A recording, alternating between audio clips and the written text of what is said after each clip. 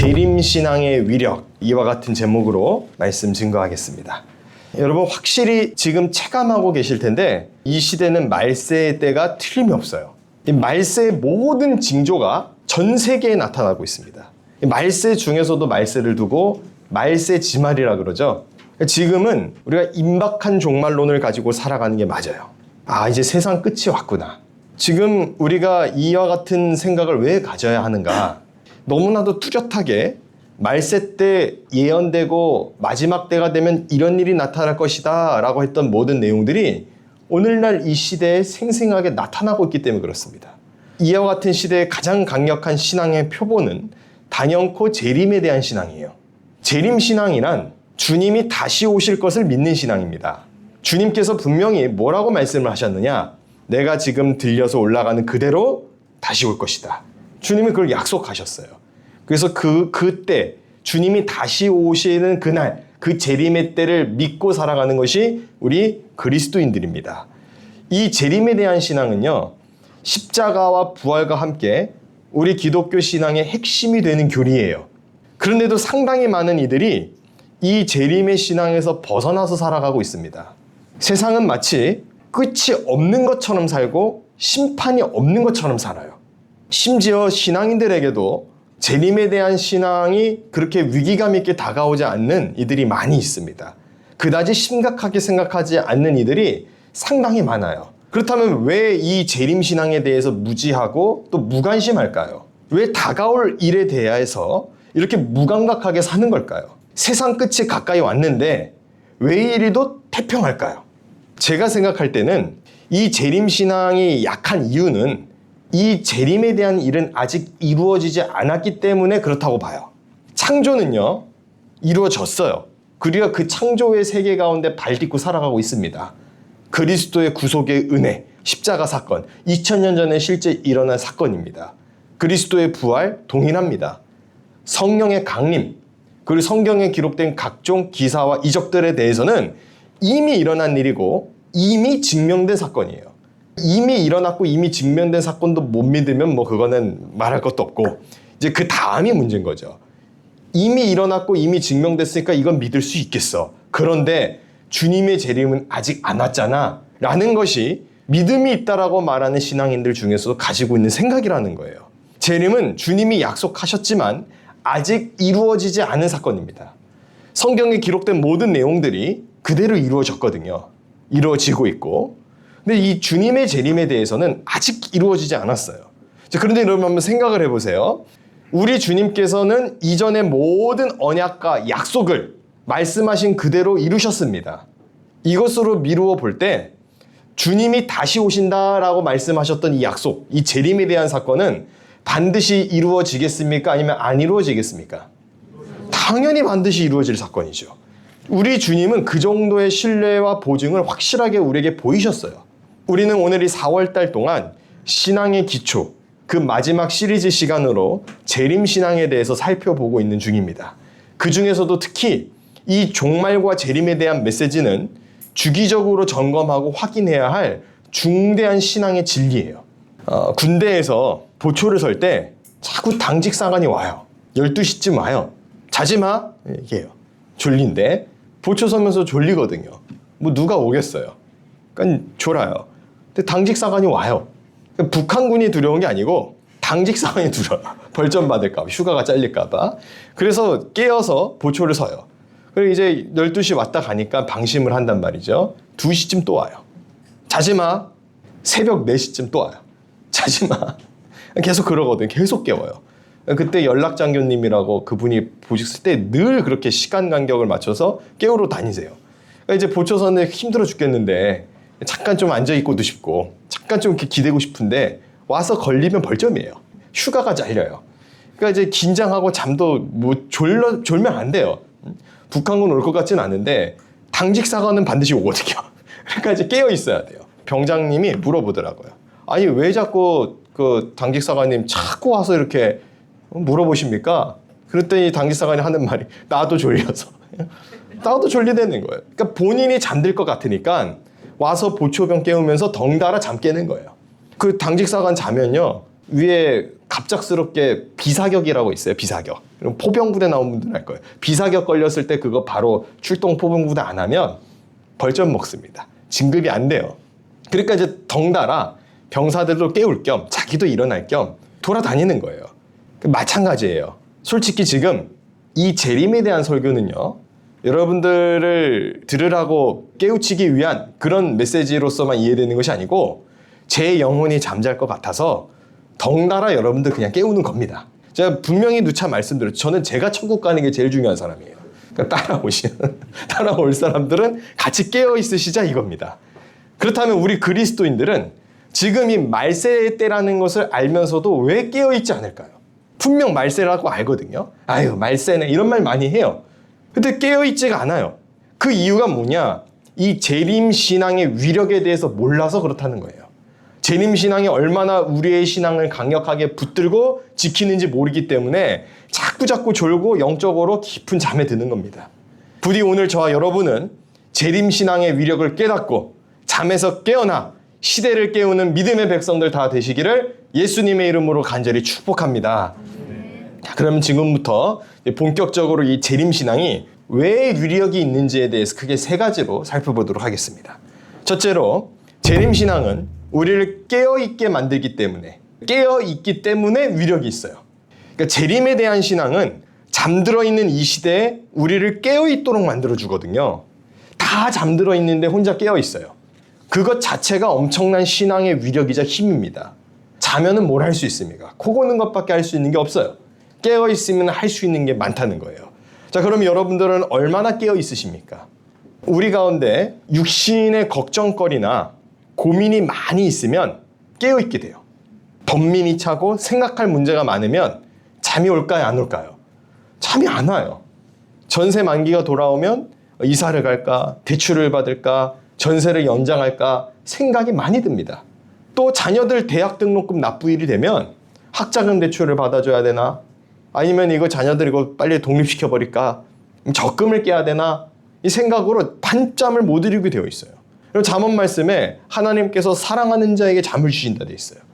그러니까 사랑하는 자에게는 이와 같은 근심과 걱정과 세상의 염려거리를 주지 않는다라는 의미로 이해할 수가 있는 본문이기도 합니다. 자, 그런데 이와 같은 문제와 고민거리로 우리는 밤잠을 설치면서 깨어 있는데 정작 가장 심각한 주님의 재림에 대한 문제로 깨어 있는 사람을 찾기가 극히 드물다는 거예요. 우리 중에는 난 환난의 때가 와도 자신 있어. 나는 그 휴거 전에 환난 받아도 난 능히 견뎌. 나는 믿음 있어. 난 괜찮아. 주님이 내일 오셔도 난 아무 걱정 없어. 나는 너무 잠이 잘 와. 예수 믿고 구원받는데 왜 잠이 안 와? 주님의 재림 때가 무슨 걱정이 있어? 나같이 구원받은 백성들 위해서 주님이 재림하시는데 라고 생각하시는 믿음 좋은 성도님들이 분명 계세요. 그래서 제가 묻고 싶은 거는 과연 그 정도로 자신이 있으시냐 이거라요. 그리고 무엇보다 내 이웃, 친척, 친구, 가족들 중 아직 예수님을 영접하지 못한 이들이 눈앞에 어른어른 거리는데 종말의 때에 잠이 오냐 이거예요. 나만 구원받으면 되는 거예요? 내가 구원받는 게 제일 중요해요. 그건 틀림이 없어요. 다른 사람 다 구원받고 내가 구원 못 받으면 그건 소용없는 겁니다. 내가 구원받는 게 제일 중요한 건 맞아요. 그런데 나만 구원받으면 되냐 이거예요. 그건 또 아니잖아요. 우리가 무드셀라 마냥 마지막 때가 돼서 딱 떨어버리고 이제 그냥 뭐 방법이 없다. 세상 끝이구나. 이럴 때가 분명 와요. 근데 그 때가 오기 전까지는 최대한으로 영혼들을 붙들고 살리는 일에 힘써야 할 줄로 믿습니다. 말씀을 연구하고 설교를 준비하다 보면 적지 않는 충격을 받게 돼요. 분명히 오늘 이 누가복음 12장도 여러 번 통독해서 다 안다라고 생각했던 본문인데 생각지도 못한 말씀의 깊이와 의도를 알고 충격을 받을 때가 정말 많습니다. 설교를 듣는 여러분들보다 설교를 전하는 제가 더 충격을 받아요. 준비할 때 한 번, 선포할 때 지금 이 시간에 한 번, 그리고 전하고 나서 양심에서 또 한 번. 이렇게 말씀의 충격이 자꾸 몰려와요. 이게 목회자의 숙명이자 동시에 목회의 어떻게 보면 즐거움이자 또 목회의 안전장치예요. 이 충격이 커야 바른 목회할 수 있다고 저는 생각을 합니다. 주님이 곧 오신다고 선포하고 있어요, 제가 지금. 근데 이렇게 말하고 있는 나는 과연 종말의 때를 맞이하는 것처럼 살고 있는가? 라는 생각을 제가 말씀 준비하면서 떠나가지 않는다는 거예요. 나는 정말 이 시대에 깨어있는 목사인가? 이 자기 점검을 말씀 앞에서 하지 않을 수가 없다라는 겁니다. 다른 사람이 나를 평가하는 건 별로 중요하지 않아요. 저 김요한 목사는 저 너무 극우야. 그 사람 평가예요. 김요한 목사 저거든 좌야 좌. 사실은 우파인 것 같지만 저거 가만 보면은 두루두루 어울리는 거 보니까 좌파야. 다른 사람 평가예요. 그거는 별로 제가 연연하지 않아요. 뭐가 저는 중요하냐? 주님 앞에 섰을 때 과연 내가 바른 목회자의 심정을 갖고 목양을 하고 있는가? 제가 왜 지금 이렇게까지 말씀을 드리는가? 우리 이 본문 말씀을 통해서 우리 한번 확인하기를 원합니다. 누가복음 12장 35절입니다. 허리에 띠를 띠고 등불을 켜고 서 있으라. 너희는 마치 그 주인이 혼인집에서 돌아와 문을 두드리면 곧 열어주려고 기다리는 사람과 같이 되라. 자, 37절 함께 봉독합니다. 주인이 와서 깨어있는 것을 보면 그 종들은 복이 있으리로다. 내가 진실로 너희에게 이르노니 주인이 띠를 띠고 그 종들을 맞이하시고 나와서 그러니까 깨어 있으면 종들이 복이 있다고 되어 있어요. 자, 38절입니다. 주인이 혹 2경에나 혹 3경에 이르러서도 종들이 그같이 하고 있는 것을 보면 그 종들은 복이 있으리로다. 39절 함께 봉독합니다. 너희도 아는 바니 집주인이 만일 도둑이 어느 때에 이를 줄 알았더라면 그 집을 뚫지 못하게 하였으리라. 그러므로 너희도 준비하고 있으라. 생각하지 않은 때에 인자가 오리라 하시니라. 아멘. 본문에서 주인은 주님을 뜻합니다. 예수님을 뜻해요. 그리고 종들은 누굽니까? 저와 여러분이에요. 자, 그런데 말씀을 보니까 깨어있는 종들이 복되다라고 나와요. 지금 본문의 상황은 우리 예수님께서 외출하신 상태에서 종된 우리들의 빈집을 지키는 그런 그림이에요. 그렇죠? 그런데 주인이 언제 오실지에 대해서 알지 못해요. 마치 도둑이 예고하고 집에 들어오지 않는 것처럼 우리 주님도 생각하지 않은 때에 갑자기 돌아오신다라는 거예요. 자, 그러면 여기서 1차적으로 이 본문 안에서 감동이 되는 것이 있죠. 뭐가 감동이 됩니까? 주님이 우리에게 집을 맡기셨다는 거예요. 얼마나 믿으면 맡겨놓고 가시냐고요. 주님이 우리를 얼마나 신뢰하시면 이 너무 감격스러워요. 근데 여기서 종의 역할이 뭐냐면 허리에 띠를 띠고 등불을 켜고 서 있는 겁니다. 쉽게 말해서 집을 잘 지켜서 사명을 완수하는 겁니다. 언제까지요? 주님 다시 오실 때까지요. 그러면 본문의 원리는 굉장히 간단해요, 사실. 지금 여기 말씀하는 핵심은 주인이 왔을 때 깨어 있으라는 거예요. 그리고 주님이 언제 올지 모르기 때문에 항상 깨어 있어야 한다라는 겁니다. 지금까지 어려운 거 없죠, 본문에서. 사랑하는 성도 여러분, 마지막이 다가왔으니 깨어 있으시길 바랍니다. 틀림없이 깨어서 주님 맞을 준비를 하시기를 바랍니다. 제가 왜 충격이라고 말을 하냐면 내용을 몰라서가 아니에요. 이거 깨어 있으라는 말씀인 건 알아요. 깨어 있어야지. 긴장해야지. 근데 뭐가 충격이냐면 많은 영혼들이 잠자고 있다는 거예요. 그런데 많은 영혼들 중에서 특히 주의 종들이라고 불리는 목회자들이 잠을 자고 있다는 거죠. 그게 저에게 큰 위기의식이 느껴지는 대목이라는 겁니다. 두려운 거예요, 이 말씀이. 분명히 여기에 우리 모두가 다 아멘이라고 대답을 해요. 깨어 있어야지. 근데 지금 우리에게 우리가 거하고 있는 이 세계 속에 이 사탄 마귀가 수면제를 확 뿌려놨어요. 그래서 분명히 깨어 있어야 되는 줄 알면서도 졸음이 쏟아지는 거예요. 자면 안 되는데, 예수 믿는 내가 이러면 안 되는데, 지금이 어느 때인데 이러면서 서서히 눈이 감겨서 자고 있죠. 깨어 있는 거는 여러분 결코 쉬운 일이 아닙니다. 깨어 있다는 거는. 그런데 앞서 말씀드렸듯이 어떨 때 잠이 안 온다고요? 생각할 것이 많을 때. 그때 잠이 안 와요. 즉 재림신앙으로 말미암아 깨어있는 자의 진정한 위력은 어디에 있느냐? 거룩한 근심을 한다라는 거예요. 내 개인적인 사업의 어려움이나 물질적 어려움이나 건강의 문제도 큰 걱정이에요. 그것도 기도 제목입니다. 그것도 염려해서 여러분 기도해야 돼요. 그러나 그것은 계속 염려할 근심은 아니에요. 염려하지 말라고 되어 있어요. 그런 거는. 무엇을 먹을까, 무엇을 마실까 염려하지 말라고 되어 있어요. 전세자금 대출이라든가 학자금 대출의 문제로는 염려하지 말라고 성경은 말을 해요. 무엇을 먹을까, 무엇을 입을까 때문에 염려하지 말라는 거예요. 뭐 기름값이 올랐는데, 환율이 올랐는데 했는데 그걸로는 염려하지 말라는 거예요, 주님이.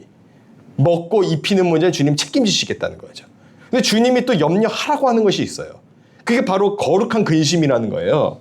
거룩한 근심은 뭡니까? 내 개인적인 문제, 내 자녀의 문제, 내 재정의 문제, 내 사업의 문제는 그냥 근심이에요. 거룩한 건 아니에요. 근데 거룩한 근심은 무엇이냐? 저 사람 예수 믿어야 할 텐데 주님 곧 오시는데 우리 어머니 어떡하나? 내 자녀들 어떡하나? 예수 믿고 구원받아야 할 텐데. 저 북녘 땅에 있는 우리 동포들이 예수 믿고 천국 가야 할 텐데. 살아서도 지옥같이 살다가 죽어서도 지옥 가면 안 될 텐데. 김일성 김정일 초상 앞에 넙죽넙죽 절하면서 평생 복음 한 번 못 듣고 지옥 가면 안 될 텐데. 우리 다음 세대가 이렇게 되면 안 될 텐데. 우리 다음 세대들이 깨어 있어야 할 텐데. 이 나라와 이 민족과 이 한국교회가 이래서는 안 되는데 이와 같은 근심이 거룩한 근심이라는 거예요. 이런 거룩한 근심이 점점 어떻게 바뀝니까? 참된 신자 안에서 애통으로 번져가요. 이젠 그냥 근심하는 정도가 아니라 그냥 나라와 민족을 생각하면 눈물이 나는 거예요. 그냥 한국교회를 생각하면 눈물이 나는 거예요. 주회종들, 젊은 주회종들, 전도사님들 보면 그냥 눈물이 막 맺히는 거예요. 애통하는 거예요. 그래서 성경은 이와 같이 애통한 자에게 복을 약속합니다. 마태복음 5장 4절입니다. 우리 5장 4절 함께 봉독합니다. 애통하는 자는 복이 있나니 그들이 위로를 받을 것이며. 주님이 직접 오셔서 위로해 주실 시간이 곧 다가오고 있습니다. 그러니 우리 깨어 기도하자는 거예요. 그것이 주님 오시기 전까지 집을 맡은 종된 자의 사명인 겁니다.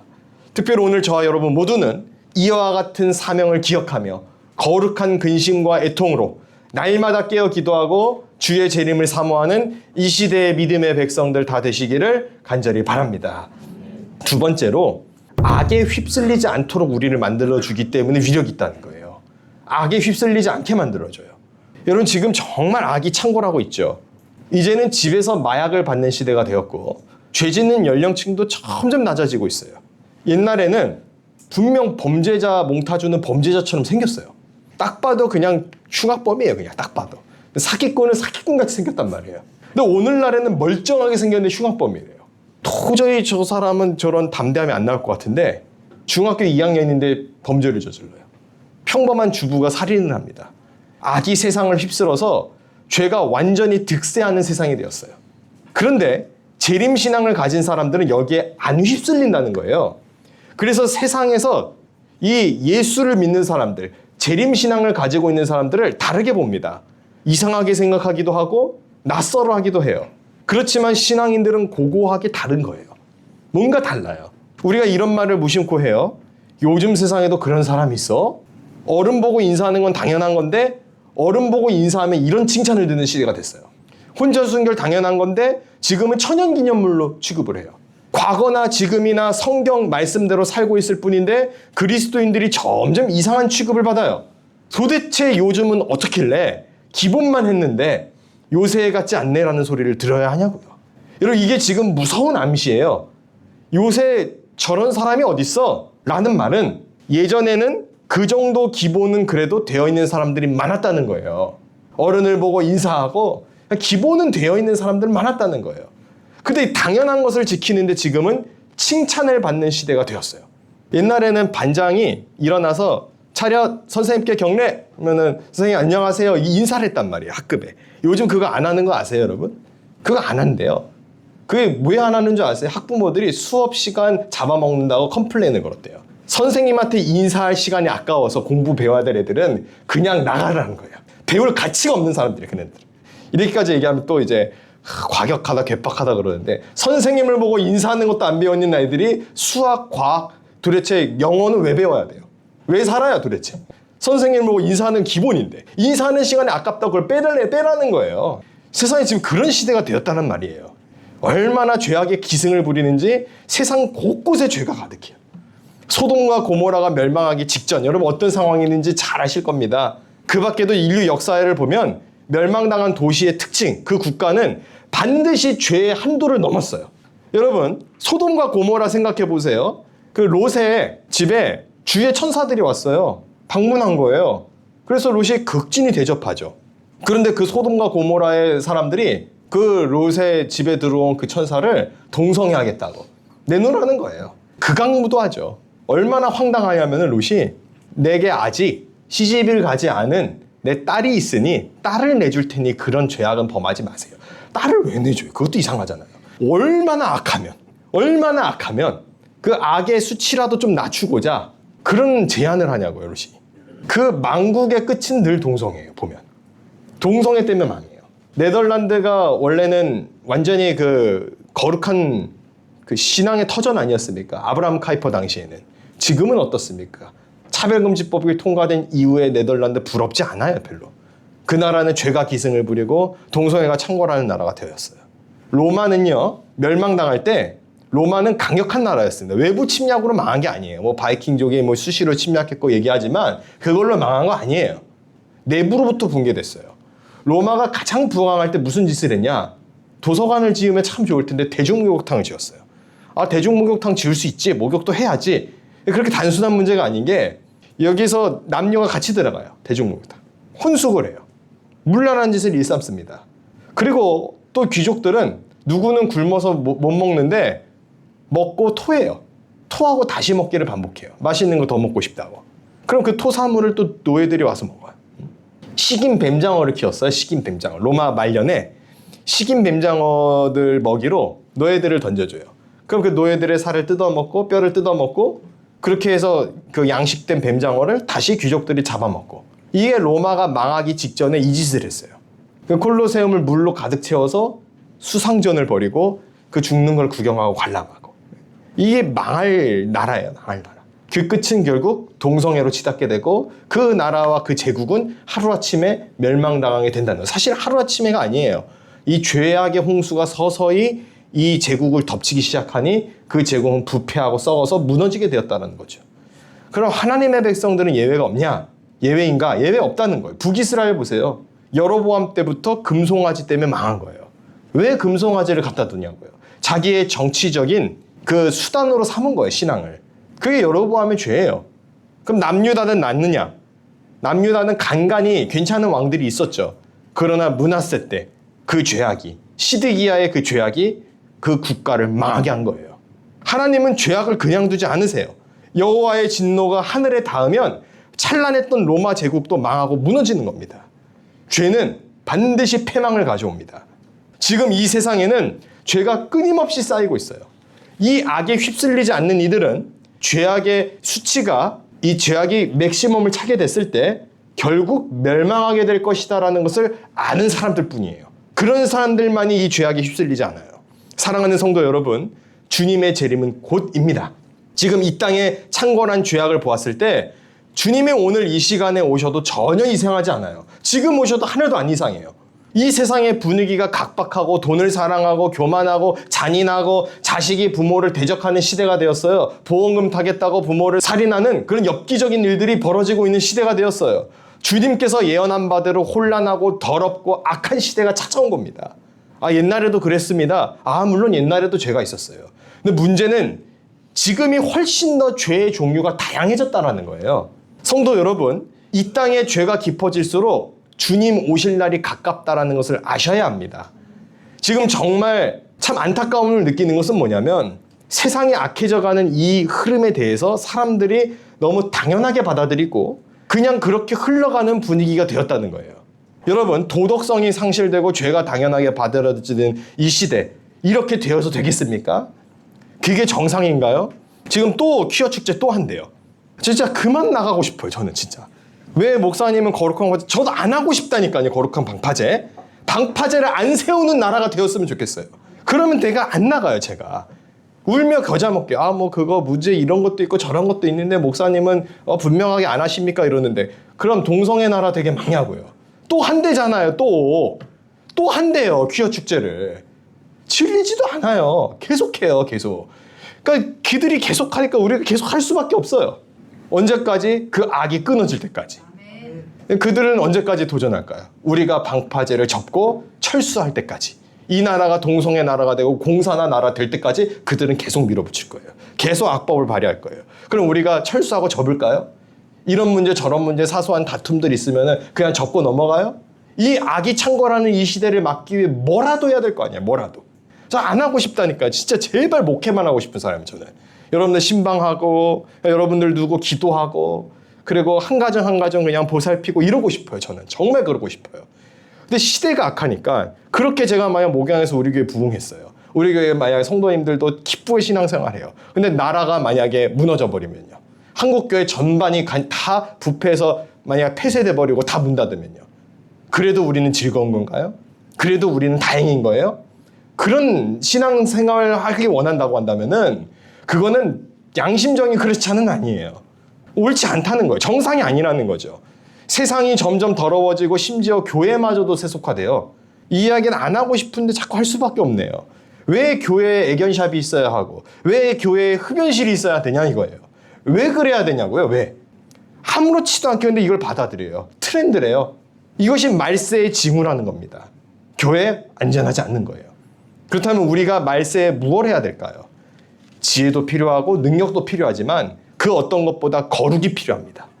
오늘 누가복음 12장 본문에 등장하는 종들은 우리 성도들을 가리키는 거예요. 이거 성도들 지칭하는 거거든요. 그런데 이 종들이 제일 첫 번째 조건이 여러분 뭡니까? 깨어 있어야 한다는 거예요. 깨어 있는 거. 자, 그러면 주인이 없는 동안 종들은 깨어서 무엇 하나요? 집 지키죠. 저는 이게 바로 신앙인의 거룩한 삶, 순례자의 삶, 믿음의 삶을 뜻하는 것으로 생각합니다. 예수 믿는 사람들도 가난할 수 있습니다. 예수 믿어도 실수할 수 있어요. 예수 믿어도 인간관계 원만하게 안 풀릴 수 있어요. 때로는 이용당할 수도 있고 넘어질 수도 있어요. 그런데 주님 다시 오시는 그때 우리 모두가 간직해야 할 하나가 있다고 한다면은 그것은 거룩함을 지키는 믿음이라는 거예요. 악이 범람하는 시대, 죄악의 홍수의 시대, 이 시대의 재림신앙은 이 악의 쓰나미를 막는 우리의 영적 상태를 지켜주는 강력한 신앙의 무기가 됩니다. 주인이 곧 올 거라고 하는데 주인이 곧 올 거라고 생각하는 종들이 누워서 잘 수 있겠습니까? 신랑이 곧 올 거라고 믿는 신부가 등불에 기름을 준비하지 않을 수 있겠어요?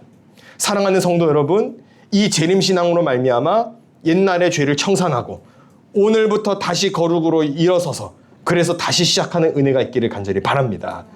믿음의 백성들이 악에 동조하지 않는 것만으로도 강력한 위력을 발휘해요. 큰 거 바라지 않아요. 악에 휩쓸리지만 않으셨으면 좋겠어요. 그게 바로 재림신앙의 힘이요, 거룩의 능력이요, 믿음의 역사라는 겁니다. 아, 남들도 다 하는데요. 아, 왜 저만 갖고 그러세요? 남들도 다 거짓말하고 적당하게 살고 적당하게 타협하고 적당하게 신앙생활 하는데 왜 우리 교회만 이렇게 유난 떱니까? 아, 성결교회는 너무 유난이야. 다른 교회는 그렇게 안 하는데. 아, 우리도 좀 맛있는 거 먹읍시다. 또 김밥 싫어요. 국밥 싸주세요. 음식점 가주세요. 우리 비싼 거 먹고 싶어요. 돈은 성도들 먹이라고 있는 거지. 목사님 챙기려고 그러는 거죠. 아주 그래만 봐요, 진짜. 있던 김밥마저 없어지는 거예요, 여러분들.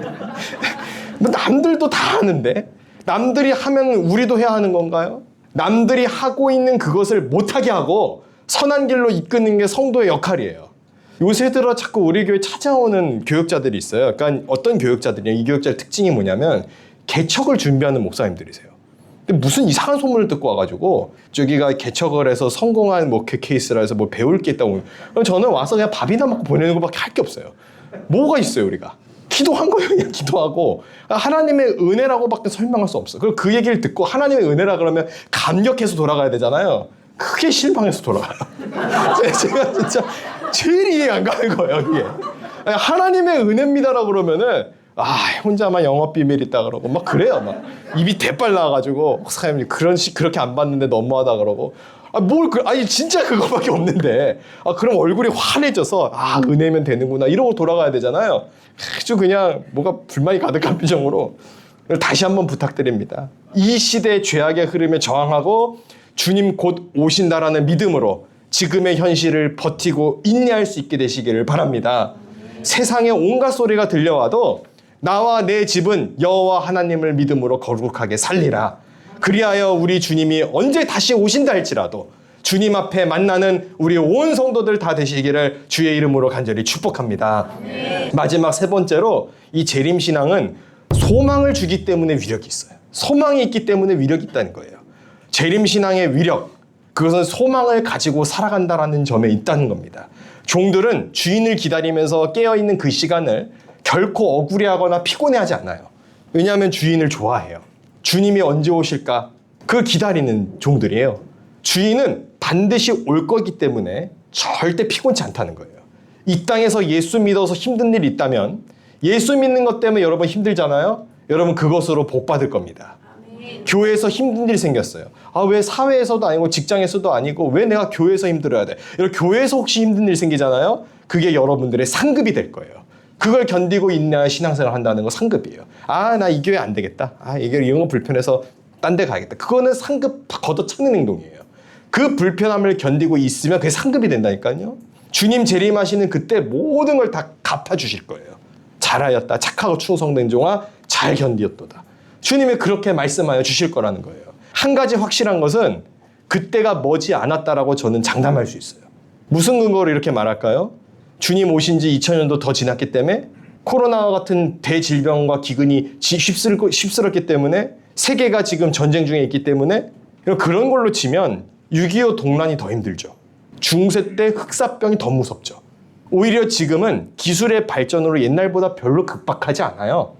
별로 그렇게 안 느껴진다는 거죠. 하지만 그럼에도 지금은 틀림없이 말세 지말이라는 거예요. 성경의 근거에서 우리가 좀 살펴보겠습니다. 아모스서 3장 6절에서 8절인데요. 말씀 한번 띄워주시기 바랍니다. 아모스 구약 성경입니다. 6절에서 8절 말씀 우리 함께 한 목소리로 봉독합니다. 성읍에서 나팔이 울리는데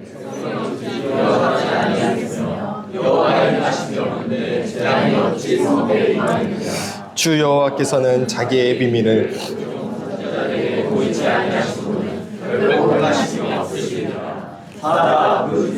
누가 두려워하지 아니하겠느냐. 주 여호와께서 말씀하신즉 누가 예언하지 아니하겠느냐. 아멘. 지금 아모스서 말씀을 통해서 우리는 세 가지 점검할 수 있어요. 첫째, 하나님의 행하심이 없이는 재앙이 일어날 수 없다라는 거예요. 바꿔 말해서 재앙이 가득하다라는 것은 하나님의 행하심이 있다는 뜻이에요. 이 땅에 재앙과 저주에 하나님의 간섭이 있고 심판과 경고가 있다는 거예요. 곧 주님이 오신다라는 신호입니다. 그게 하늘 군대의 말발굽 소리예요. 두 번째, 선지자들에게 보이지 않고는 행하심이 없을 것이다 라고 말씀합니다. 여기서 선지자는 단수가 아니고 복수예요. 선지자들이에요. 특정한 사람 아닙니다. 이거 신천지에서 이만희라고 그러는데 아니에요. 이만희는 한 명이잖아요. 선지자들이에요. 사이비 이단들 아무튼 말씀 중에 뭐 이용할 거면 있으면은 막 갖다가 외우고 가는데 속지 마세요. 미혹되시면 안 됩니다. 이 시대의 거룩한 주의 종들이 적지만 있어요. 많진 않아요. 근데 적어요. 있기는 있는데 있다는 거예요. 한 명은 아니라는 거죠. 바알 앞에 무릎 꿇지 않는 7천의 사람이 있었어요. 그 엘리야 때도 있었다는 거예요. 지금도 있어요, 여러분. 아, 없네. 다 타락했네. 함부로 그렇게 말하지 말자는 거예요. 주님께서 숨겨놓으시고 기르시는 주의 군사들이 있어요. 주로 우리 교회에 몰려 있어요, 근데. 사역자들 보면. 네. 좀 비교해 보면 다른 데는 이런 사역자는 없어요. 보면 다른 데 보면 제가 사역자 부심이 있어요. 앞으로도 사역자를 믿음의 일꾼, 주의 군사들 되는 사람들이 있다고 한다면은 거기에는 우리가 이 교회 재정을 아끼지 않아야 되지 않을까. 이 주의 종들을 세우고 교회를 섬기고 이러는 이 주의 백성들이 있다고 한다면은 그런 사람들이 이상한 데 가가지고 흡연실 청소하는 거 하고 있으면은 감당하겠냐고요. 그런 주의 종들이. 너는 애견샵 교회 애견샵 똥 쌌으니까 그거 치우고 있어. 이러면은 난 주의 복음의 말씀을 전해야 돼. 아니 우리 금요성경기도 이번에 성협전사님 인도하셨는데 저렇게 기도 인도 잘하고 불타는 주의 백성 저 성령의 사람을 갖다가 애견샵 만들어 놔가지고 교회 개똥 치우는 일 시켜놓으면 그거 죄 짓는 거예요. 저는 그렇게 안 만들 거예요. 감옥을 보내는 한은 있어도 영적인 자존감은 제가 꺾어놓지 않을 거라는 거예요. 제가 비슷한 일을 저랑 많이 똑같은 일을 했는데 저는 운이 좋아 안 걸렸고 우리 전도사님들은 운이 나빠 걸려서 지금 많은 옥고를 치렀어요. 여러분들이 모르는 내용의 스토리가 있는데 나중에 말씀드릴게요. 시간 관계상. 세 번째, 주님이 말씀하시면 예언자가 나온다는 거예요. 지금 무슨 말씀을 드리려고 하냐면 우리 예수님을 필두로 사도들과 그 밖에 수많은 메신저들이 주의 종들이 강단에서 주님 곧 다시 오십니다 라고 설교를 해왔어요. 하고 있고 심지어 예수님께서는 뭐라고 말씀하셨냐면 우리 중에 몇몇은 내가 다시 오는 것을 볼 자도 있다라고 말씀하셨어요. 그런데 왜 아직 안 오셨냐 이거예요. 왜 예수님 아직도 안 오시고 있죠? 주님이 정말 오시긴 오시나? 이런 생각이 드실 수 있다는 거예요. 그래서 우리가 찾아와요. 그런데 그런 생각이 들어도 강력하게 주의 재림을 소망하고 믿으셔야만 하는 이유와 근거가 있다는 거예요. 이거 잘 생각해 보셔야 됩니다. 시대도 다르고 환경도 다르고 심지어 언어도 다른데 한결같은 예언과 선포가 있고 지금도 있어요. 이것은 성령님이 역사하지 않고는 있을 수 없는 일이라는 거예요. 즉 여호와께서 말씀을 주시기 때문에 재림에 대해서 말할 수밖에 없다라는 겁니다.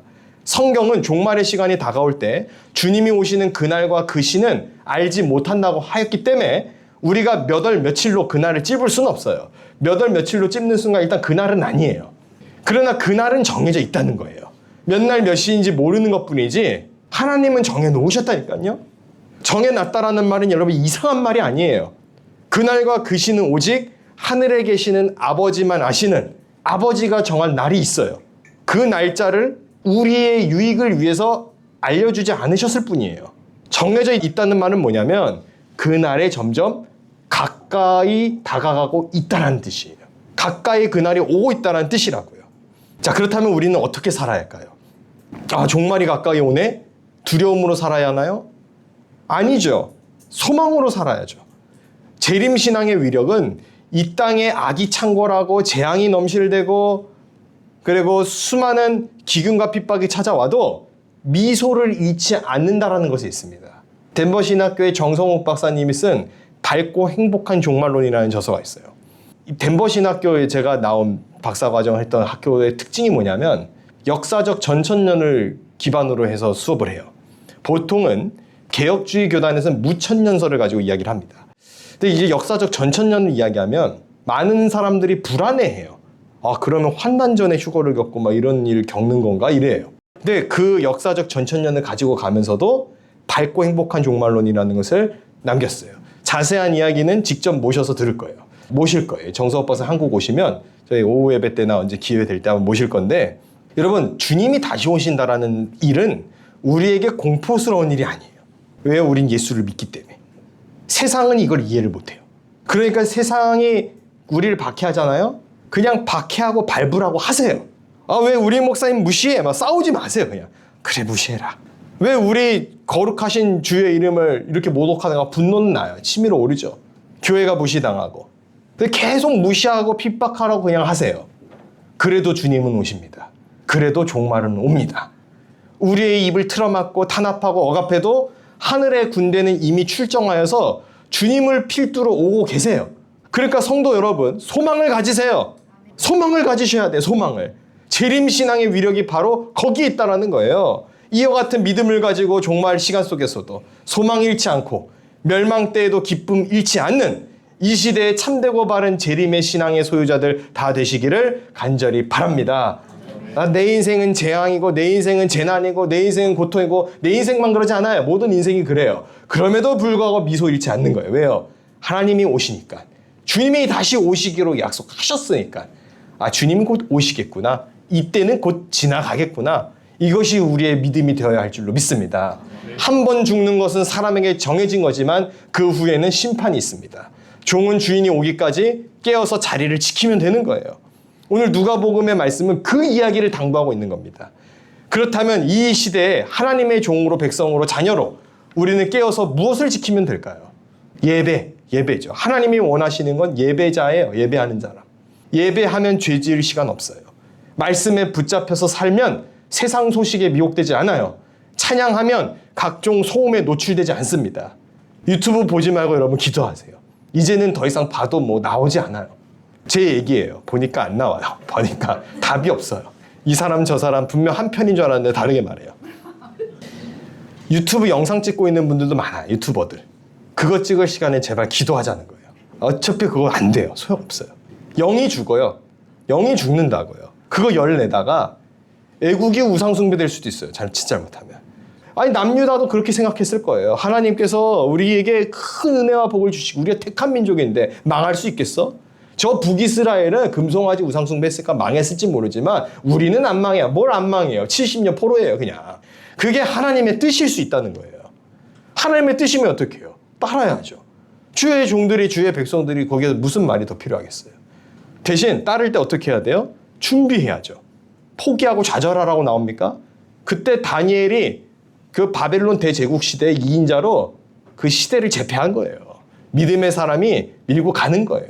아무리 시대가 혼탁하고 어두워도 저와 여러분은 그 마지막 때에서조차도 쓰임받게 될 줄로 믿습니다. 우리 성결교회는 마지막 때 쓰임받는 교회 되기를 원합니다.